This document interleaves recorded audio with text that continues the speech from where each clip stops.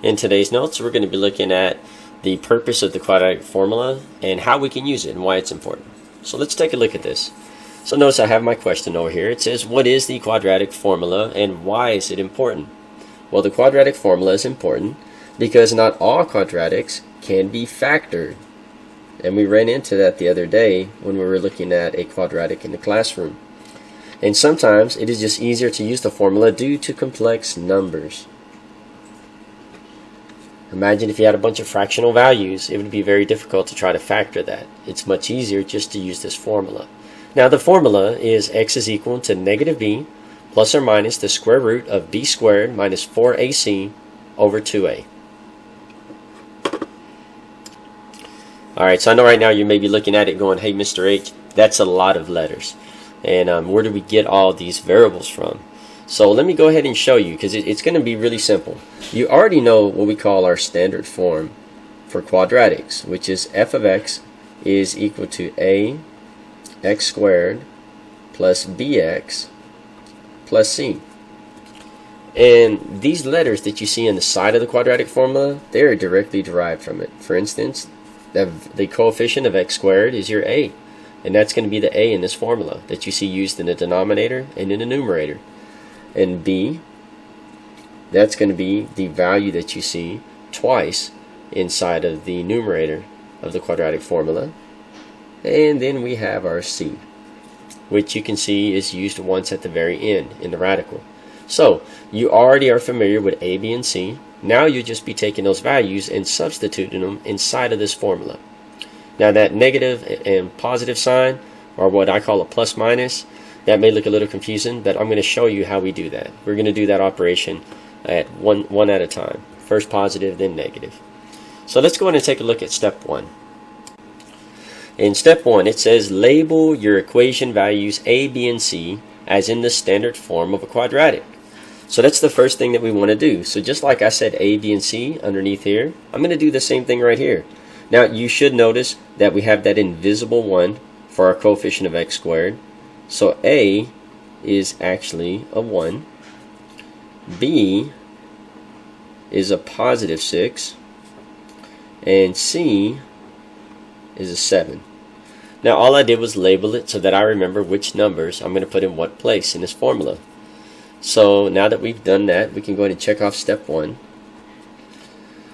And then we can go ahead and go to step 2, which is substitute the values of a, b, and c into the quadratic formula. So I'm going to go ahead and write out the quadratic formula. I'm going to say x is equal to negative b plus or minus the square root of b squared minus 4 times a times c over 2 times a. So if I were to substitute these values, I'm going to rewrite this as x is equal to,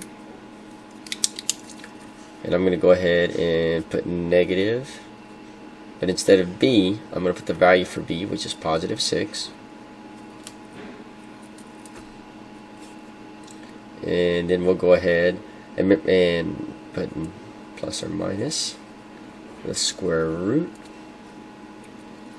and we'll go ahead and say b squared, which is going to be 6 squared, and then that's minus 4 times a times c.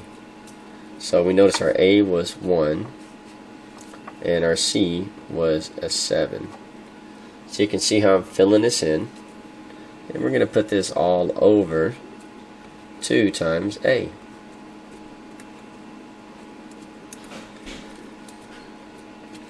Now, we do run into a problem here. We can't do addition and subtraction at the same time in our calculator. So there is a step for that. So I'm going to go and put a check because I've filled in my numbers. I have everything filled out. So for step 3, it says solve using addition first. In other words, we're going to use a plus sign in between this b and this radical the first time. And we're going to leave the negative sign off in our calculator. Now I'm going to show you what that looks like. So let me go ahead and get my calculator over here. We're going to put it in just like it looks like right here, with the exception of the x equals, because remember when we're solving something, or solving an equation, we just put what's on the right side of it. So let me go ahead and put this in. So I'm going to hit Control Divide. It's going to give me my fraction bar. And then I'll go ahead and put negative. And that is the first term, right? So make sure you use the negative sign, that white button. And we're going to put our 6. And then I'm going to go to the right, and I'm going to go ahead and put plus, because we're going to do addition first. Control and the x squared button will give me my radical sign. And I'm going to put in parentheses 6.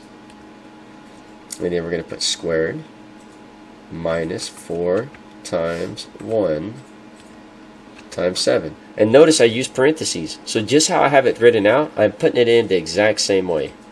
Then I'm going to go to the denominator, and I'm going to go ahead and put my 2, parentheses, and 1. Now, I'm going to go ahead and hit enter.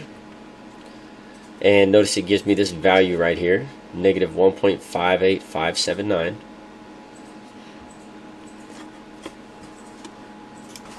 And I'm going to write that down. Now what I like to do to signify that that was my positive is I'll put a positive sign and put X, and I'll write my first answer. So I'll say, okay, that's going to be negative 1.58579. So you can imagine, I'm sure if you look at this, it would have been a nightmare to try to factor this, if you even could. So this is where this really comes in handy. So now we're going to go ahead and we're going to look at our negative x, where we're going to go ahead and use subtraction. Now instead of typing this all over again, I would just click up twice until it highlights it, hit enter to bring it down, and then I'm just going to go in here and I'm going to go back to that plus sign in between the 6 and the radical, and I'm going to change it to a subtraction sign. And it is going to be the black subtraction button because it comes in between two terms. I'm going to hit enter, and it gives me negative 4.1421. So I'm going to write that down. So our negative, when we subtract, is going to be negative 4.4142. And these are our answers.